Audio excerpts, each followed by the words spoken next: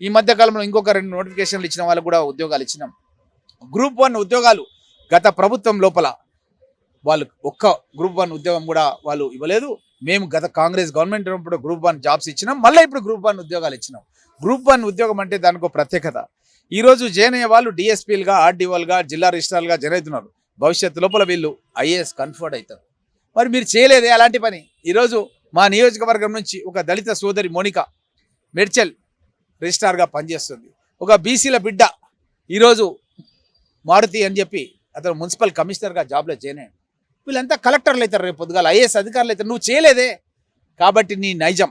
కేసీఆర్, కేటీఆర్, హరీష్ రావు మీరు ఈ రాష్ట్రానికి ఏం చేయలేదు. ఈరోజు హైదరాబాద్ చుట్టుముట్టున్నటువంటి Jawaharlal Nehru outer ring road అనేది కాంగ్రెస్ గవర్నమెంట్ లోపల మేము కట్టినాం. అదేవిధంగా రాజీవ్ గాంధీ ఇంటర్నేషనల్ ఎయిర్పోర్ట్ సోనియా గాంధీ గారు మేమంతా కూడా ఫౌండేషన్ ఇచ్చే కార్యక్రమంలో ఉన్నాం. అది కాంగ్రెస్ గవర్నమెంట్లో నిర్మాణం పూర్తయింది.